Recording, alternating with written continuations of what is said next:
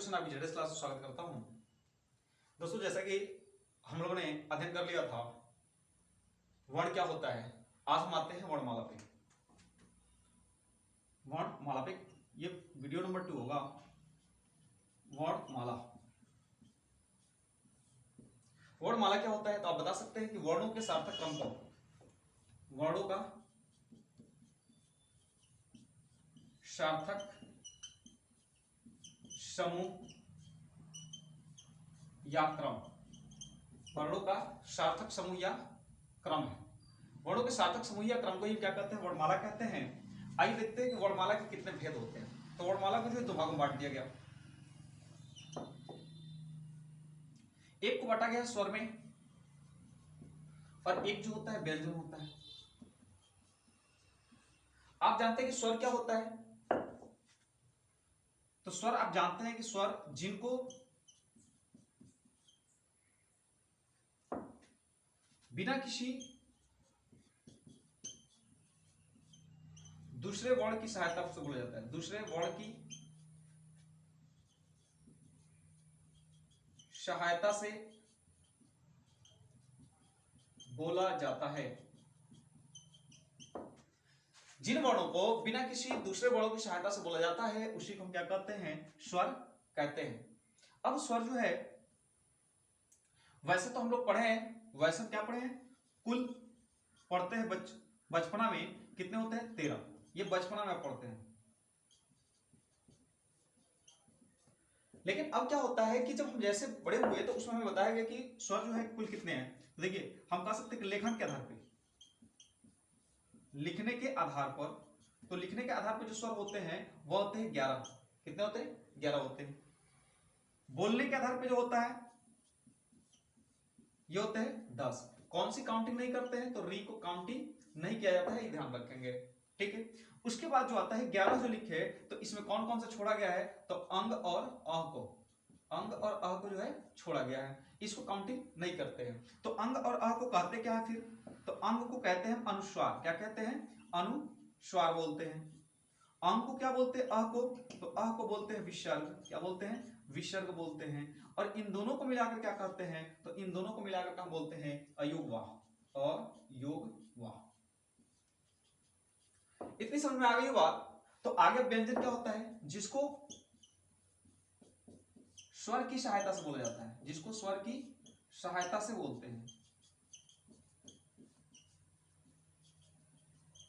जिसको स्वर की सहायता से बोलते हैं। तो जिसको स्वर की सहायता से बोलते हैं, इसमें क्या आ जाएगा हमारा, मान लीजिए ख कह दिए तो ये होगा ख प्लस अ। जैसे मैंने बोल दिया ज, तो ज प्लस अ। ऐसे वर्ड जो होते हैं इनको हम क्या बोलते हैं, स्वरों की सहायता से, तो उसको व्यंजन कहते हैं। तो हमने देख लिया कि अंग और अ जो होता है, एक अंग को अनुस्वार कहते हैं, अ को विसर्ग कहते हैं, और इसको दोनों को मिलाकर के अयोगवाह कहते हैं। तो इसको काउंटिंग नहीं करते हैं। आप चाहे तो इसकी जो है स्क्रीनशॉट ले सकते हैं। अब हम लोग पढ़ने वाले हैं स्वर के भेद,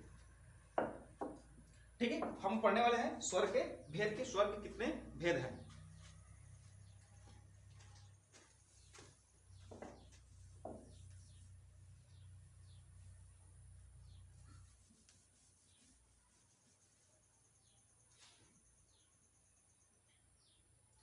अब देखिए, आता है स्वर के भेद।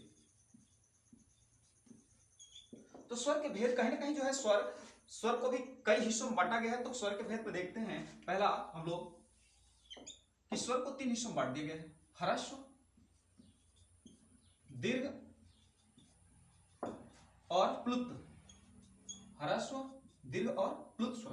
प्लुत स्वर, इसको 3 हिस्सों में बांट दिया गया, स्वर को ह्रस्व, दीर्घ और प्लुत में। अब ह्रस्व को देखिए, ह्रस्व क्या होता है, बोलने में कम समय लगता है,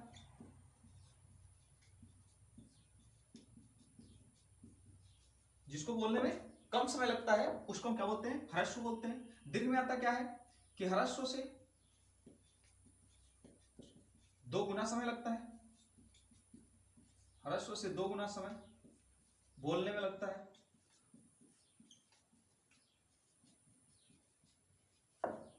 और प्लुत में क्या होता है कि दीर्घ से 2 गुना, दीर्घ से 2 गुना एवं ह्रस्व से 3 गुना लगता है, 3 गुना समय लगता है।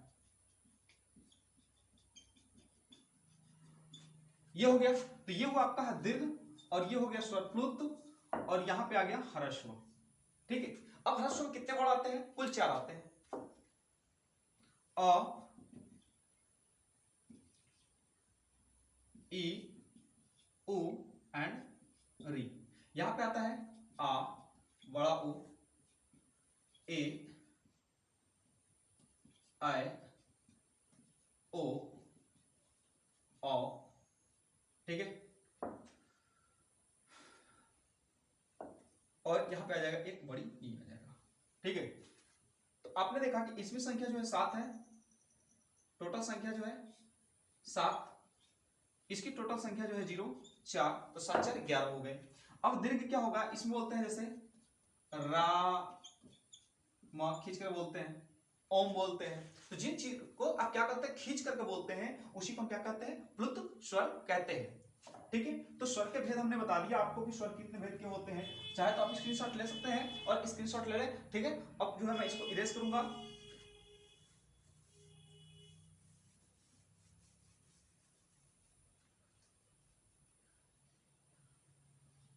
अब देखते हैं कि जीव के आधार पे स्वर कितने प्रकार के होते हैं। तो हम लिख सकते हैं कि जीव के आधार पर, जीव के आधार पर,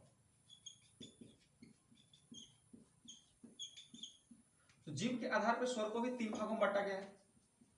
अग्र, पश्च एवं मध्य। ठीक है, अग्रस्वर, अग्रस्वर मतलब जो जीव के अगले हिस्से से बोला जाता है उसको हम बोलते हैं अग्रस्वर। जो मध्य वाले हिस्से से बोला जाता है उसको मध्य स्वर बोलते हैं, और जो पश्च वाले हिस्से से बोला जाता है, जीव के पिछले हिस्से से, उसको हम पश्च स्वर के नाम से जानते हैं। तो इसमें कौन सा आ जाता है? तो इसमें जो आता है आपका ए, ई और ई आ जाता है। ठीक है, अ, ई, बड़ी ई, और आपका जो है सॉरी ए, आई, छोटी ई, बड़ी ई आता है। इसको अग्रस्वर बोलते हैं। पश्च में क्या होता है? और मध्य में आता है आपका अ, मध्य में अ आता है। बाकी शेष की यदि बात कर लेंगे तो आ जाएगा, उ, बड़ा उ, ओ एंड औ। ठीक है, एक यहां पे देख लेते हैं, यहां पे जो है 5, 6 और 4 10 हो रहा है। देखिए यहां पे है अ बोलेंगे तो ऐसा लग रहा है कि बीच वाला हिस्सा ही जीव वाला जो क्या कर रहा है? हमारा उच्चारण कर रहा है। तो यहां पे आपने देखिए अ, ठीक है, और एक आ जाता है हिस्सा री। ठीक है ना, तो इसको जो होता है जीव के आधार पर यदि हम उच्चारण करेंगे, जीव के उच्चारण को बोलने के आधार पर तो मान ली काउंटिंग कर लिया गया था, बोलने के आधार पर तो हमने बताया कि लिखित के आधार पर जो होते हैं 11 होते हैं, बोलने के आधार पर कितने होते हैं? 10 होते हैं। तो यहाँ पे हमने देखिए पश्च वाले हिस्से में ये आ जाता है जीव के आधार पर। तो जीव के आधार पर स्वर के हिस्से हम लोग पढ़ लिए। अब यदि बात कर लेते हैं मुख खुलने के आधार पर, मुख खुलने के आधार पर,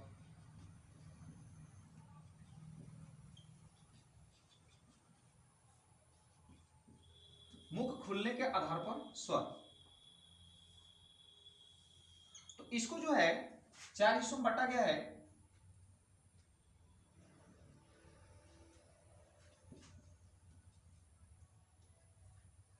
संवृत, उसके बाद अर्धसंवृत,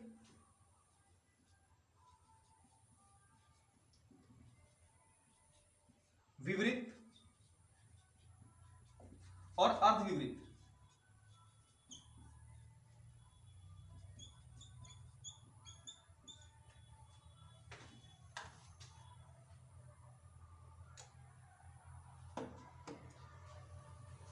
देखिए संवृत, अर्धसंवृत, विवृत एंड अर्धविवृत। अब देखते हैं कि संवृत में कौन कौन से आता है, संवृत में होता क्या है, तो इसके बारे में हम देखते हैं। तो संवृत में क्या होता है कि मुख जो होता है लगभग बंद रहता है। हम कह सकते हैं कि मुख लगभग बंद रहता है। मुख जो होता है क्या आता है, बंद रहता है इसमें। तो इसमें आता कौन कौन सा है, तो इसमें कौन कौन सा आता है देख लेते हैं। इसमें आता है उ, बड़ा उ, ई, ई, ओ, ओ। अब क्या होता है देखिए, जिस लड़का कोई रो रहा है, छोटा सा बच्चा है, ओ, अब क्या होता है, आवाज बंद किया था करता रहता है, ई करता रहता है। तो आपको आवाज ही नहीं पता चल रहा है कि वो मुंह खोल के पूरा तरह से रो रहा है, ठीक है। उसके बाद सब अंध समृद्ध, मुख आधा खुला रहता है, मुख जो है आधा खुला रहता है। तो जब मुख आधा खुला रहता है लगभग, तो इसमें हम बता सकते हैं कि आ जाएगा क्या क्या, तो ओ एंड ए, ओ एंड ए, ये वाला हिस्सा जो आता है आपका, ये अर्ध संवृत में आता है, अर्ध संवृत, ओ ए, तो ये वाला हो गया। विवृत में क्या होता है, विवृत और अर्ध विवृत। विवृत में भी क्या होता है कि मुख जो होता है लगभग गोलाकार होता है, क्या होता है,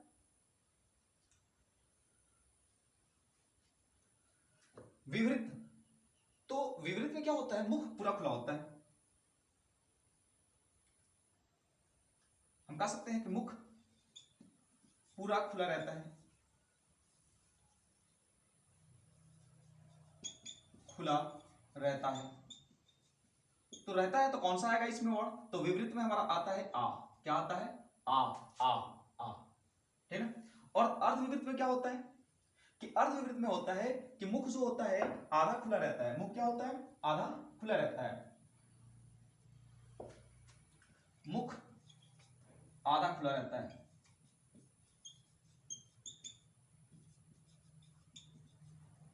ठीक है। मुख क्या होता है, आधा खुला रहता है। तो अब बता सकते हैं इसमें कौन सा आएगा, तो औ आ जाएगा, ठीक है। इसमें क्या आ जाएगा आपका, औ आ जाएगा। और चाहे तो आएगा इसमें औ और ए।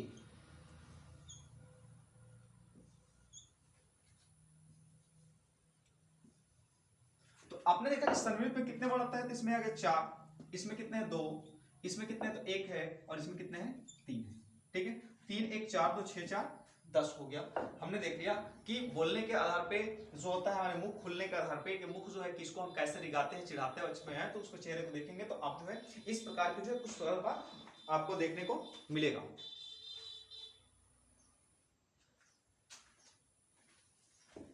आप स्क्रीनशॉट लेंगे, ठीक है।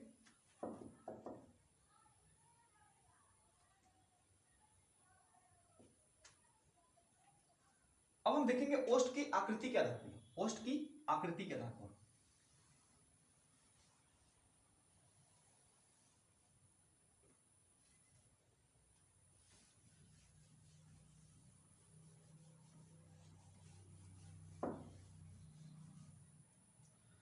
ओष्ठ की आकृति के आधार पर, ओष्ठ की आकृति के आधार पर, तो ओष्ठ की आकृति के आधार पर जो होते हैं ये 2 प्रकार के होते हैं आपके स्वर, ठीक है ना। एक होता है वृत्तमुखी, एक होता है आवृत्तमुखी, वृत्तमुखी और आवृत्तमुखी, वृत्तमुखी और एक होता है आवृत्तमुखी, ठीक है। वृत्तमुखी और क्या होता है, आवृत्तमुखी जो होता है स्वर आता है।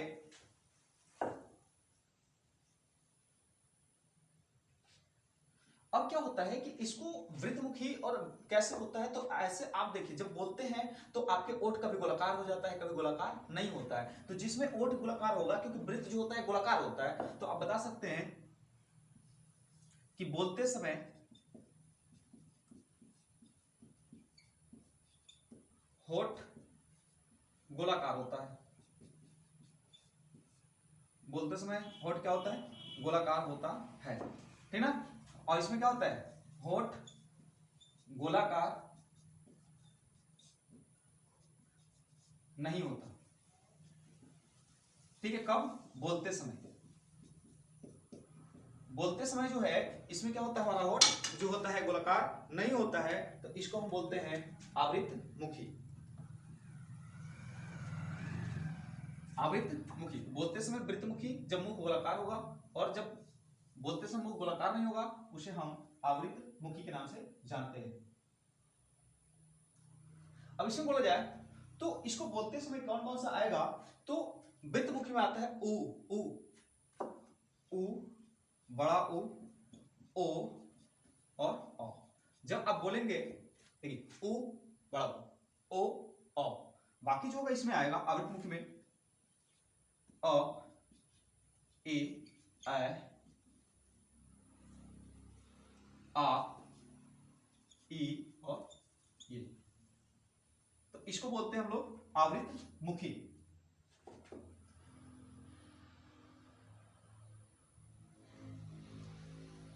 अब जो है स्वरों को कुछ जाति के आधार पर क्वेश्चन पूछ जाता है कि ये बताइए जाति के आधार पर जो है स्वरों को कितने भागों में बांटा गया है। तो हम देख लेते हैं जाति के आधार पर,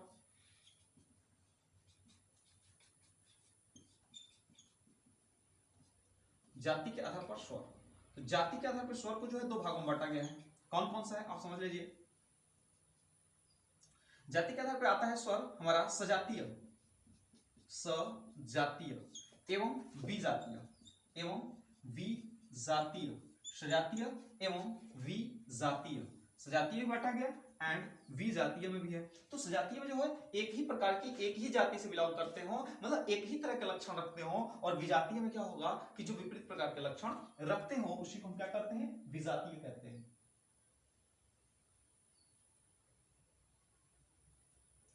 तो विजातीय में क्या होगा, मात्रा वाले आ जाएंगे, जैसे ए, आई, ओ, औ, और यहां बता सकते हैं कि अ, आ,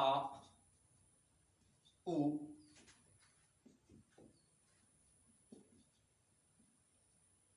ई, ये वाले। तो इसको बोलते हैं जाति के आधार पे दो भागों में बांटा गया है, सजातीय एंड विजातीय। आपसे क्वेश्चन ये पूछ सकता है कि ये बताइए, तीन वर्ड दे देगा, ये बताइए कि इनमें से कौन जातीय वर्ड है या कौन विजातीय स्वर है। तो आपको बताना होगा और बताएंगे तभी जब आप पढ़े रहेंगे तब, अन्यथा ऐसा बताना तो मुश्किल है। नहीं तो बता सकते हैं, क्योंकि आप तो अपने आप में जो होते हैं, हर बच्चे अपने आप में क्या होते हैं, एक्टिव होते हैं, खुद ही ग्रामर का तब लेखक बन जाएंगे वो। तो जाति के आधार पर भी हम लोगों ने देख लिया स्वर कितने प्रकार के होते हैं, सजातीय और विजातीय। तो इस प्रकार से हम लोगों ने स्वर को पूरी तरह से खत्म कर लिया। अब हम पढ़ेंगे व्यंजन।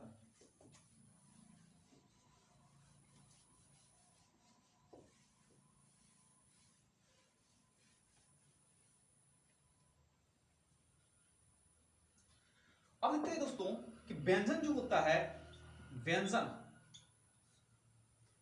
जो है व्यंजनों को बांटा भी गया है, और व्यंजनों को बांटा गया है तो कितने, किस आधार पे जो है कुल व्यंजन होते कितने हैं, इसको यदि हम काउंटिंग कर लेंगे तो सबसे अलग अलग तरीके से हम पढ़ेंगे। तो व्यंजन में देखिए,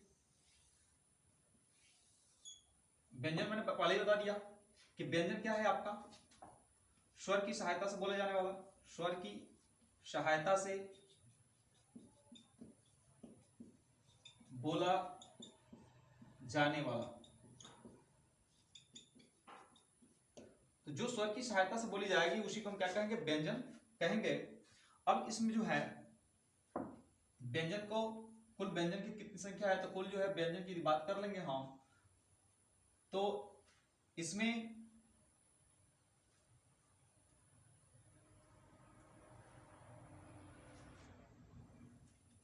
देखिए, इसमें आते हैं हम लोग स्पर्श व्यंजन, स्पर्श, उसके बाद है उष्म, उसके बाद आएगा अंतस्थ, बांटा गया है इसको बोलने के आधार पर, अंतस्थ। संयुक्त व्यंजन है इसमें,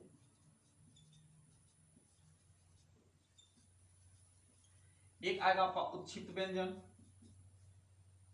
उत्क्षिप्त या द्विगुण व्यंजन, द्विगुण व्यंजन, ठीक है। अब इतने जो है व्यंजन जब आएंगे तो देख लेते हैं कहां कहां से इसको हम बोलेंगे, कैसे क्या करना है। तो स्पर्श व्यंजन की जो संख्या होती है टोटल, वो कितनी होती है, 25 होती है। यदि संख्या की बात कर लेंगे तो 25 होती है, ठीक है ना। व्यंजन को कितने वर्णों में बांटा गया है, तो व्यंजन को जो बांटा गया है ये 5 वर्णों में बांटा गया है।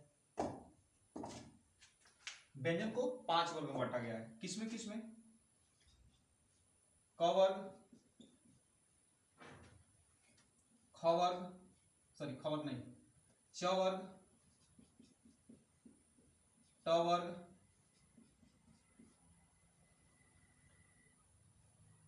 त वर्ग और प वर्ग।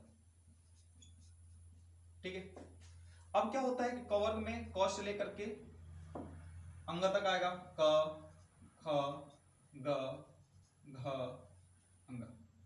ठीक है। च वर्ग में भी क्या है, कितने? 5। ट वर्ग से लेकर के आएगा इसमें ड़, त, न, प, म। ठीक है। इतने व्यंजन आते हैं। तो इन टोटल की संख्या जो है 25 है। तो जब 25 है, स्पर्श व्यंजनों की संख्या पूछ देगा ऐसे कितने होते हैं, 25 होते हैं। अब ये देखिए, ये लास्ट वाले जो व्यंजन आ रहे हैं, ठीक है, तो लास्ट वाले को व्यंजन को हम बोलते हैं अनुनासिक व्यंजन, क्योंकि मुख और नाक से दोनों बोले जाते हैं। तो अनुनासिक व्यंजन क्या होते हैं? वे व्यंजन जो मुख और नाक दोनों से बोले जाते हैं। ये आपके अनुनासिक।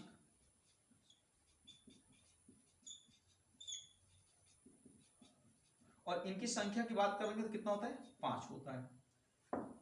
किसको कहां से बोलने का स्थान देख लेते हैं।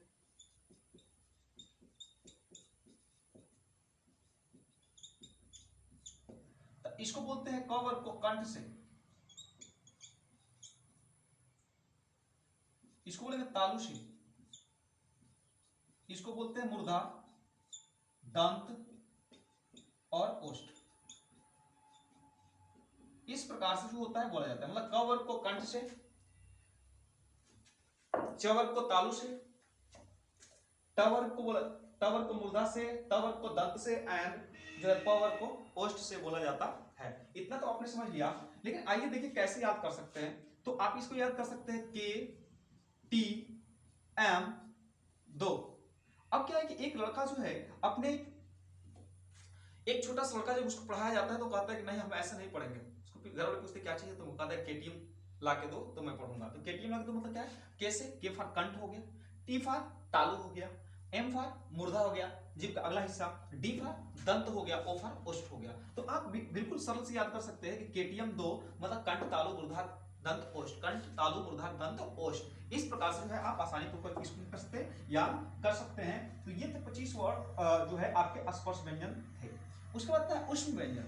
उष्म व्यंजन की बात कर लेंगे। ऐसे तो व्यंजन वर्णों की संख्या की बात कर लेंगे तो व्यंजन वर्णों की संख्या कितनी होती है? 33। कितनी होती है व्यंजन वर्ण?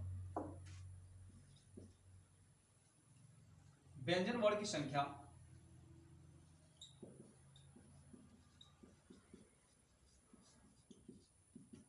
33। ठीक है। अब उष्म मतलब ऐसे वर्ण, उष्म, उष्म का मतलब समझिए उष्मा, गर्मी, रगड़, तो रगड़ होगी, उष्मा होगा, गर्मी होगी। तो उष्म व्यंजनों की संख्या कितनी होती है? 4 होती है। इसमें कौन कौन से आते हैं? तो श, श, श और ह। ठीक है।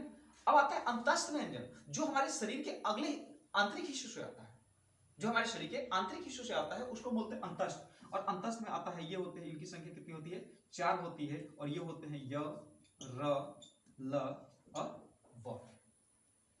लेकिन अब उत्क्षिप्त व्यंजन क्या होता है, द्विगुण व्यंजन क्या होता है? ऐसे व्यंजन जिससे हम कोई वर्ण शब्द नहीं बना सकते, ऐसे व्यंजन जिसको से हम कोई नया शब्द जो है शुरू नहीं कर सकते, उसको हम बोलते हैं उत्क्षिप्त व्यंजन। और ये आता है ड़ और ड, ये वाला आता है।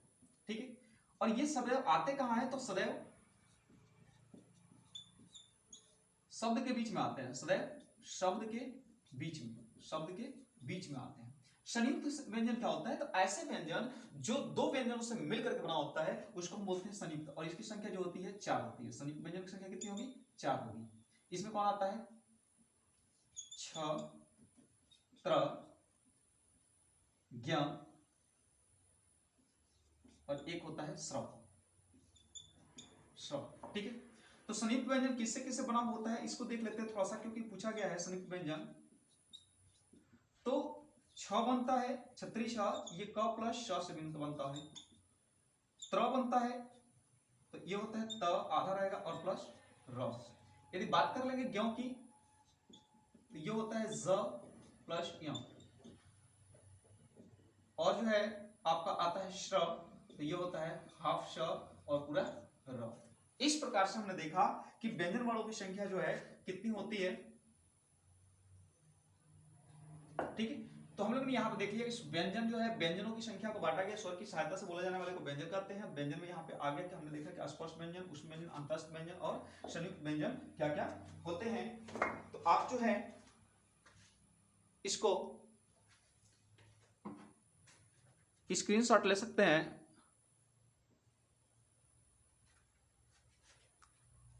आप चाहे तो इसे स्क्रीनशॉट ले लेंगे। आगे पढ़ेंगे इसमें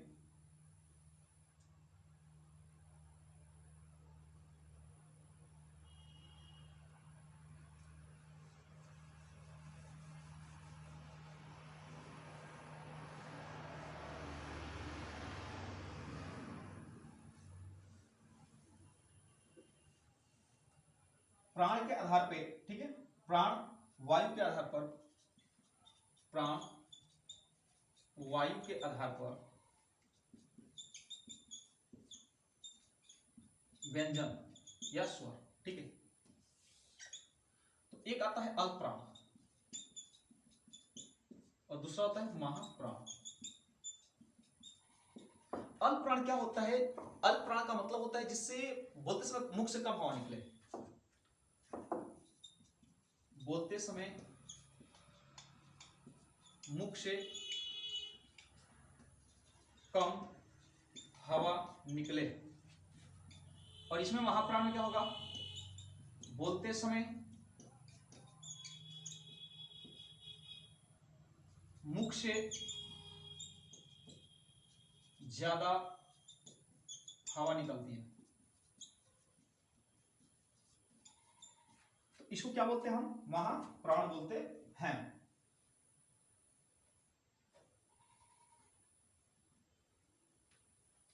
तो अल्पप्राण में हम कैसे करेंगे? जिसमें एक पूरा वर्ग है, कवर्ग चवर्ग। कवर्ग में क्या होगा? अल्पप्राण में पहला वर्ण इसको देंगे, दूसरा इसको दे दीजिए, तीसरा इसको देंगे, चौथा इसको दे दीजिए, पांचवा जो है इसके पास रख दीजिए। तो हर वर्ग का 135 जो होता है, मतलब हर वर्ग का पहला, तीसरा और पांचवा वर्ग जो होता है अल्पप्राण, और महाप्राण कौन सा होता है? दूसरा और तीसरा, तो सॉरी दूसरा और चौथा, ये क्या होते हैं? महाप्राण होते हैं। इसका मतलब कह सकते हैं जैसे क है तो यहाँ पे ख होगा, यहाँ पे ग है तो यहाँ पे घ होगा, और यहाँ पे क्या होगा? अंग होगा। तो ये जो होंगे क्या होंगे? आपके अल्पप्राण के अंतर्गत आते हैं। उसके बाद जो आता है अंतस्थ व्यंजन आता है, अंतस्थ व्यंजन आता है, अंतस्थ व्यंजन आता है। अंतस्थ व्यंजन की संख्या कितनी है? 4 है, य र ल व। उसके बाद आता है सभी स्वर, क्या आते हैं? स्वर आते हैं। ठीक है, तो इसमें हमने देखा कि प्राण के आधार पे जो है ना, और इसमें कौन सा आएगा? उष्म आएगा। कौन सा आता है? उष्म। श श श और ह, ये जो वर्ण है, ठीक ना, ये आपके प्राण के आधार पे बताया गया है।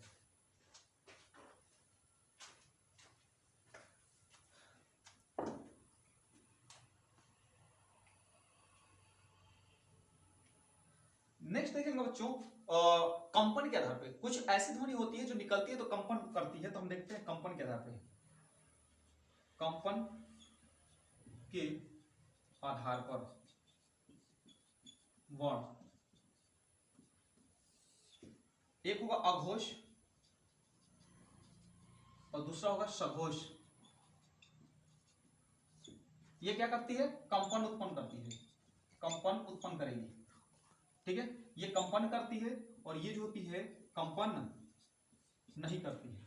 तो जिसको बोलते समय हमारे मुख से कंपन उत्पन्न होगा उसको हम बोलेंगे सघोष, और जिससे नहीं होगा उसको क्या बोलेंगे? अघोष बोलते हैं।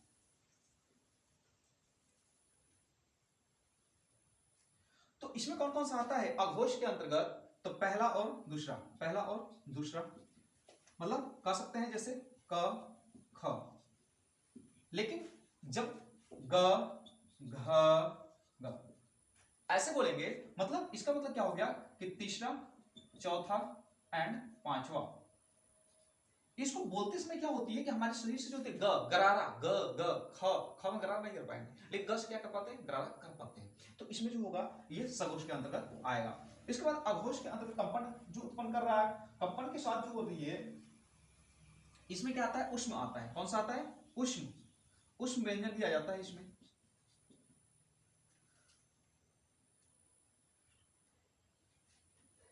उसके बाद कर लेंगे तो यहाँ पे स्वर आएगा इसमें, और साथ ही साथ जो आएगा अंतस्थ आएगा, अंतस्थ। तो आपने देख लिया प्राण वायु के आधार पे व्यंजन कितने, दो प्रकार के, अल्पप्राण महाप्राण। और आपने फिर देखा यहाँ पे कंपन के आधार पे दो प्रकार से, घोष और सघोष और अघोष।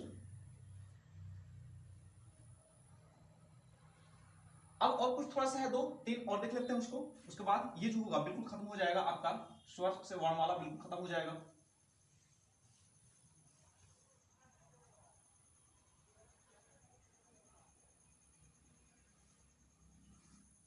अब देखते कंठ तालव्य वर्ण आता है, कंठ तालव्य,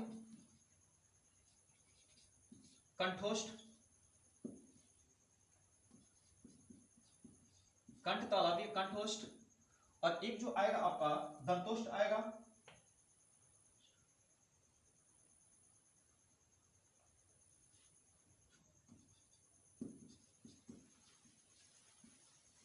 कंठोष्ठ, दंतोष्ठ, और एक जो आएगा आपका पार्श्विक,